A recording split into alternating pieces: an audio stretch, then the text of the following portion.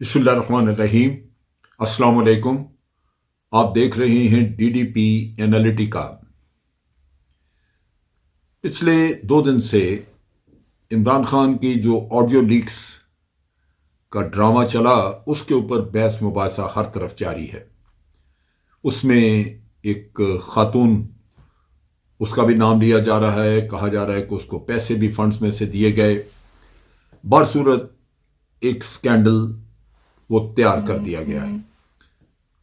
اس کے اوپر بحث، اور ڈیفینیٹلی آج کل کے ٹیکنالوجی کے دور میں یہ کہنا بڑا مشکل ہے کہ یہ ویڈیو جو تھی یا آڈیو جو تھی یہ واقعی حقیقت پہ مبنی تھی یا اس میں کچھ ہیرا پھیری ہے یا یہ نقلی چیز ہے جو کہ تیار کی گئی ہے۔ بہت سارے سافٹ ویئر ایسے موجود ہیں جن کے ذریعے یہ نقلی کام بھی کیا جا سکتا ہے۔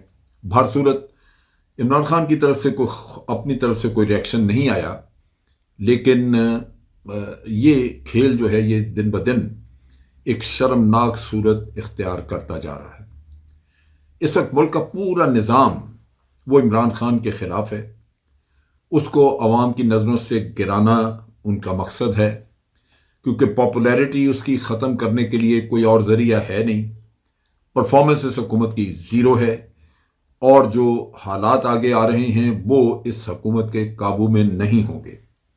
لہذا ہر کسی کی خواہش یہ ہے کہ عمران خان کو میدان سے باہر کیا جائے، پبلک کی سپورٹ اس کی ختم ہو جائے۔ اگر اس کو نااہل کیا جائے تو پبلک کی طرف سے ریئیکشن کوئی نہ ہو، اگر اس کو سزا سنا دی جائے تو پبلک کی طرف سے ریئیکشن کوئی نہ ہو۔ یہ وہ مقاصد ہیں جن کے اوپر کام کیا جا رہا ہے۔ قبل اس کے کہ میں اس کے مضمرات پہ بات کروں، پہلی بات ہمیں یہ سمجھ لینی چاہیے کہ جن لوگوں کو ہم نے کئی دفعہ ٹرائی کیا اور انہوں نے صرف اور صرف اپنے لیے پیسہ بنایا اور اپنے بہن بھائی اور اپنی اولادوں کے لیے کام کیا، آپ کا نہیں سوچا۔ پاکستان کے عوام تو وہیں کے وہیں کھڑے ہیں، بلکہ یوں کہا جائے کہ وہ پہلے سے زیادہ بری حالت میں ہیں۔ اور اگر اس کا موازنہ کیا جائے عمران خان سے، تو عمران خان جو ہے وہ اس لحاظ سے اپنے وطن کے لیے، ملک کے لیے مخلص نظر آتا ہے۔ کل اس کی پرفارمنس کیا ہو یہ نہیں کہا جا سکتا، لیکن ڈیفینیٹلی اس کی سوچ ان لوگوں سے مختلف ہے، اور یہ کرپشن کا چونکہ کوئی کیس اس کے خلاف نکال نہیں سکے، تو سب کچھ یہی ہے کہ اس کی کردار کشی کی جائے۔ خدا کرے کہ یہ ساری چیزیں غلط ہوں۔ یہ کوئی اچھی چیز نہیں ہے کہ کسی کا جو کردار ہے وہ اس میں کوئی ایسی خامیاں ہوں، کیونکہ یہ جو خامیاں ہیں، خاص طور پہ جو خواتین وغیرہ کی طرف رجحان ہوتا ہے، یہ دشمن ایکسپلائٹ کر لیتے ہیں، اور خواتین کے ذریعے وہ آپ سے راز بھی اگلواتے ہیں، آپ سے بہت سارے ایسے کام کروا لیتے ہیں جو غیر قانونی بھی ہوں گے اور ہونے نہیں چاہیے۔ لہذا وہ تو بات بالکل درست ہے۔ اور پھر دینی اعتبار سے اگر ایک آدمی یہ کہے کہ میں ریاست مدینہ بنانا چاہتا ہوں، میں یہاں پہ اسلام نافذ کرنا چاہتا ہوں، تو اس کی باتوں میں وہ اثر نہیں رہتا جب کردار میں کوئی خرابی نظر آئے اس طرح کی، خاص طور پہ۔ لہذا اس حد تک تو میں بالکل مانتا ہوں کہ یہ جس بھی شخص کا کردار اس میں اس طرح کی خرابیاں ہوں گی، وہ لازماً اس شخص کو ناپسندیدہ شخص ہوگا، اس کو پسند نہیں کیا جائے گا۔ لیکن پاکستان کے حالات اس وقت بڑے عجیب و غریب ہیں۔ کیا جو حکومتوں میں بیٹھے ہوئے، مرکزی حکومت میں بیٹھے ہوئے لوگ ہیں، آپ اکثر جو لوگ جو ٹاپ پوزیشنوں پہ موجود ہیں، اگر ان کے کردار میں جھانکیں تو کیا وہ عمران خان کے مقابلے میں فرشتے ہیں یا اس سے بھی گئے گزرے ہیں؟ ان کے اعمال میں تو کرپشن بھی ساتھ اتنی زیادہ ہے کہ حرام کا پیسہ سنبھالا نہیں جاتا۔ کس کو نہیں پتا؟ آپ کی عدالتیں اگر سزا نہ دے سکیں، آپ کے ادارے اگر شواہد کو غائب کر دیں، تو اس کا یہ مطلب ہرگز نہیں کہ عوام کو پتہ نہیں ہے کہ یہ کرتے کیا ہیں یا کیا کیا ہے انہوں نے۔ اس لحاظ سے بھی دیکھا جائے تو عمران خان ایک شیڈ بہتر نظر آتا ہے۔ اب اس بدقسمت ملک میں قحط الرجال ہے کہ آپ کے پاس لیڈرز نہیں ہیں، اور آپ یہ سمجھتے ہیں کہ جو بھی آپ کو تھوڑا بہت مخلص نظر آئے آپ اس کے پیچھے لگ جائیں۔ لیکن یہ جو یہاں کا ماحول ہے، جو یہاں پہ ایک نیٹ ورک ہے مافیاز کا، وہ قطعاً ان چیزوں کو پسند نہیں کرتا، کیونکہ یہ ان کو سوٹ نہیں کرتی۔ آپ نے دیکھا کہ جیسے ہی رجیم چینج ہوئی، فوراً ہی نیب آرڈیننس میں تبدیلیاں کرا کے کس طرح دھڑا دھڑ اپنے کیسز ختم کرائے ان لوگوں نے۔ اور یہ توشہ خانہ کیس لیے پھرتے رہے۔ آپ نے دیکھا کہ توشہ خانہ کا جب ریکارڈ مانگا تو انہوں نے کہا جی وہ تو کلاسیفائڈ ہے، وہ تم دے ہی نہیں سکتے۔ ایک صرف عمران خان کا ریکارڈ باہر لے لے کے پھرنا تھا آپ نے۔ یہ وہ چیزیں ہیں جو نظر آتا ہے کہ ایک تضاد ہے جہاں آپ صرف ایک شخص کو ٹارگٹ کر رہے ہیں۔ یہ معاملہ جو آڈیو ویڈیوز کا تھا، یہ جج ارشد ملک کے معاملے میں شروع ہوا تھا۔ محترمہ مریم نواز، دختر نواز شریف، انہوں نے یہ شروع کیا تھا، اور وہ برملا کہتے ہیں۔ آپ دیکھیے باپ بیٹی کے اندر انڈرسٹینڈنگ کی لیول دیکھیے۔ ان سے جرنلسٹ پوچھتے ہیں کہ جناب آپ کے پاس اور بھی ویڈیوز ہیں؟ اس نے کہا جی ہاں ہیں۔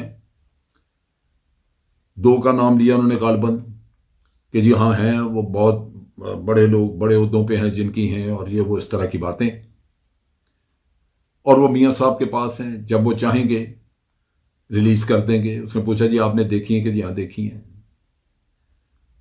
اب سوچئے اگر اخلاقیات اس حد تک گر جائے، باپ بیٹی کا رشتہ جو ہے یہ انتہائی مقدس رشتہ ہے۔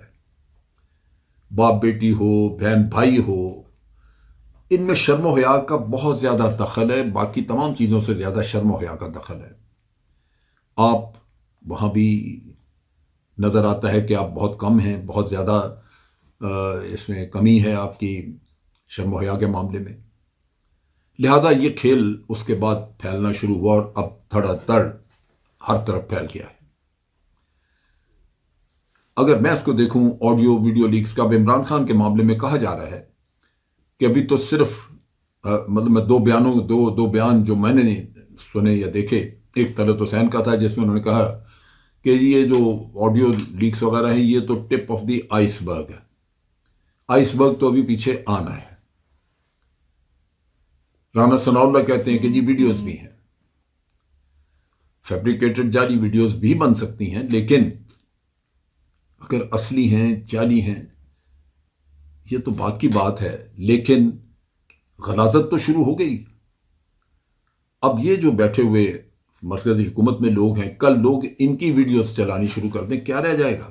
میں پہلے ہی دیکھ رہا تھا کہ بھارت اور دوسرے جو ملکوں کے ٹیلی ویژن ہیں، ان کے 1-2 جگہوں پہ وہ چرچا جناب ان آڈیو لیکس کا شروع ہو گیا، اور انہوں نے ساتھ کہا کہ پاکستان کی سیاست بہت ہی غلاظت کی طرف جا رہی ہے، ایک دوسرے کو ننگا کرنے کے لیے یہ سارے کوشاں ہیں۔ ڈوب مرنے کا مقام ہے ان لوگوں کے لیے جو اس کھیل میں ملوث ہیں۔ اگر واقعی عمران خان یا کوئی بھی یہ شخص کرتا ہے تو یہ کوئی فخر کی بات نہیں، شرم کی بات ہے۔ وہ اپنے طور پہ اللہ کے سامنے گناہ گار ہے۔ مجھے کیا پتا کہ عمران خان ہو یا کوئی بھی ہو جس نے کوئی یہ کام کیا ہو، اس نے اللہ تعالیٰ سے توبہ کر لی ہو، معافی مانگ لی ہو۔ انسان تو کچھ نہیں کر سکتا، مالک تو معاف کرنے والا ہے، یا مالک کے سامنے حساب ہے، وہ سب کے دلوں کے حال جانتا ہے۔ سو اس چیز کو اس طرح نہیں اچھالنا چاہیے کہ کل آپ کے کردار کو بھی کوئی یوں اچھالتا پھرے سڑکوں پہ۔ اللہ تعالیٰ نے تو پردہ داری کا حکم دیا ہے، اور یہی ہمارے نبی کا حکم تھا۔ اب یہ جو آڈیو ویڈیو لیکس ہیں، یہ سیاسی رہنماؤں کی اخلاقی اور ذہنی کیفیت کو ظاہر کرتی ہیں، بلکہ یوں کہنا چاہیے کہ حقیقتاً یہ اخلاقی پستی کو ظاہر کرتی ہیں۔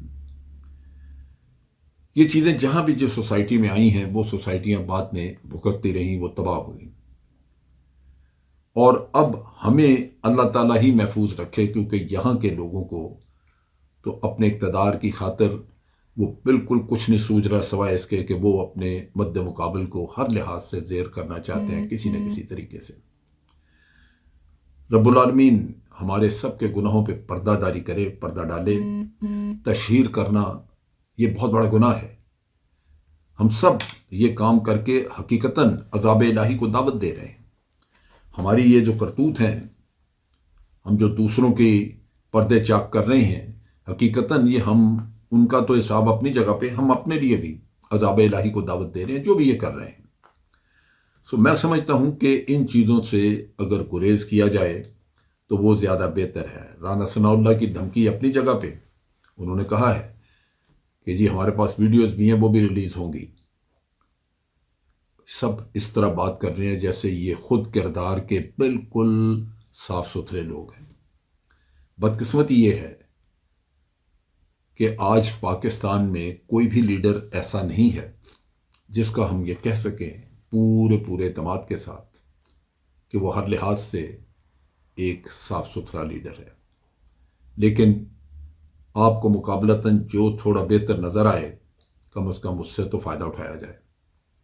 اور اس میں ایک ہی نقطہ میرے ذہن میں آتا ہے، وہ یہ ہے کہ جو بھی ہمارے لیے کام کرے وہ اپنے ملک اور اپنے عوام کے ساتھ مخلص ہو۔ اب تک کے لیے اتنا ہی۔ افواج پاکستان زندہ باد، پاکستان پائندہ باد۔